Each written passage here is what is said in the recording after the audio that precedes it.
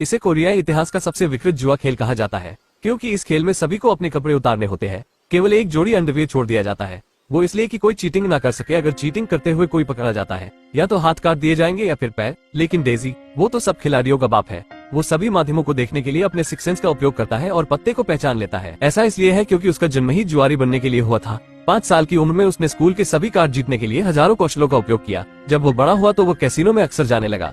एक दिन जब वो एक आदमी के साथ जुआ खेल रहा था, तभी एक ऐसी लड़की से उसकी मुलाकात हुई जिसके लिए वो अपनी जान भी दे सकता है। उस लड़की का नाम मीना है। जैसे ही उसने मीना का चेहरा देखा, बस उसे देखता ही रह गया। उसने तुरंत मीना का पीछा किया और एक फूल तोड़कर पहली बार किसी लड़की को देना चाहा। लेकिन मीना भी बहुत चालू थी, वो उसे पिटवाने के लिए जानबूझकर चिल्लाई। तभी उसका भाई वहां आ गया। उसने डेजी को ब्रूसली की तरह उछलकर लात मारी। मगर भले ही डेजी को पीट पीट कर सुअर का सिर बना दिया जाए, लेकिन डेजी फिर भी उस शरारती लड़की को मुस्कुराकर देख रहा था। पर ध्यान दे, डेजी के परिवार के सभी लोग जुआरी हैं। उस दिन डेजी के दादाजी को जुए के कर्ज के कारण कर्जदारों ने पकड़ लिया था। उसी समय लड़ाई के दौरान डेजी ने गलती से कैसीनो के मालिक भूत को चाकू मार दिया। भूत के प्रतिशोध से बचने के लिए माँ ने अपने बेटे को भगाने के लिए अपनी सारी बचत खर्च दे दी। लेकिन जाने से पहले वो आखिरी बार मीना से मिलने गया और वादा किया कि वो उससे शादी करने के लिए बैंड बाजा के साथ वापस आएगा। फिर वो अपने दूर के चचेरे भाई चार्ली के साथ रहने चला गया। जिसके बाद डेजी का भाई चार्ली उसे एक कैसीनो में नौकरी के लिए ले गया, जहाँ वो खुद काम करता था। चार्ली ने बताया कि यहाँ सख्त नियम है, भले ही पुलिस छापेमारी करने आए।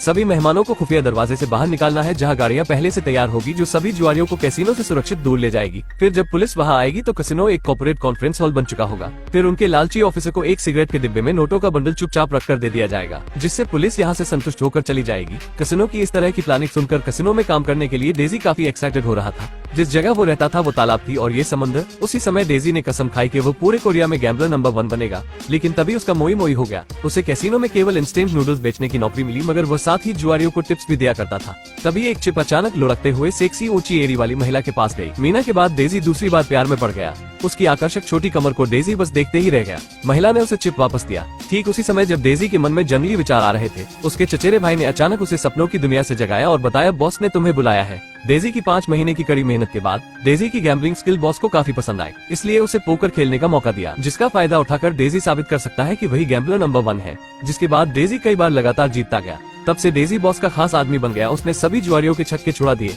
बॉस भी उसे खेलने के लिए बार बार मौका देता रहता है और देखते ही देखते वो गैम्बलर नंबर 1 बन गया। चाहे सामने साधु हो या कोई बड़ा खिलाड़ी, उसके सामने कोई टिक नहीं पाता था। यहाँ तक कि बॉस को भी हर बार ज्यादा मुनाफा मिल रहा था, इसलिए वो भी खुश था। तब से डेजी कैसीनो में हाई कार्ड बन गया और उसका चचेरा भाई इंस्टेंट नूडल्स पहुँचाने वाला वेटर बन गया।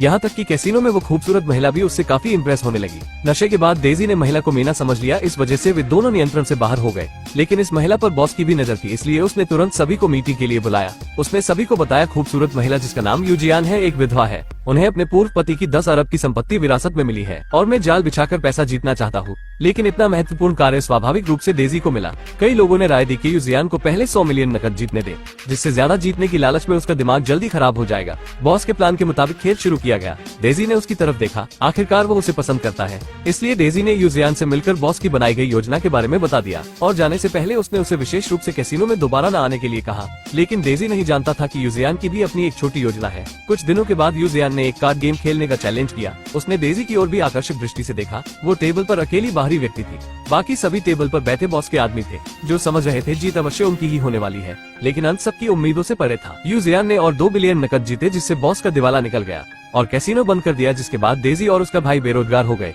कुछ दिनों बाद डेजी एक आदमी के साथ जुआ खेलने वाला था, जो एक कुख्यात जुआरी था। डेजी उसे ब्लैकमेल करना चाहता था, लेकिन जैसे ही दरवाजे पर डेजी की नजर पड़ी, डेजी की आंखें उसे देखती ही रह गई, क्योंकि वहाँ मीना थी जिसे डेजी भूल नहीं पाया था। लेकिन वो यहाँ क्या कर रही है? ऐसे काफी सारे सवाल डेजी के मन में आ रहे थे। लेकिन उसे देखने के लिए कमेंट करें पार्ट 2 और वीडियो को लाइक करें। आखिर में चैनल को सब्सक्राइब करें।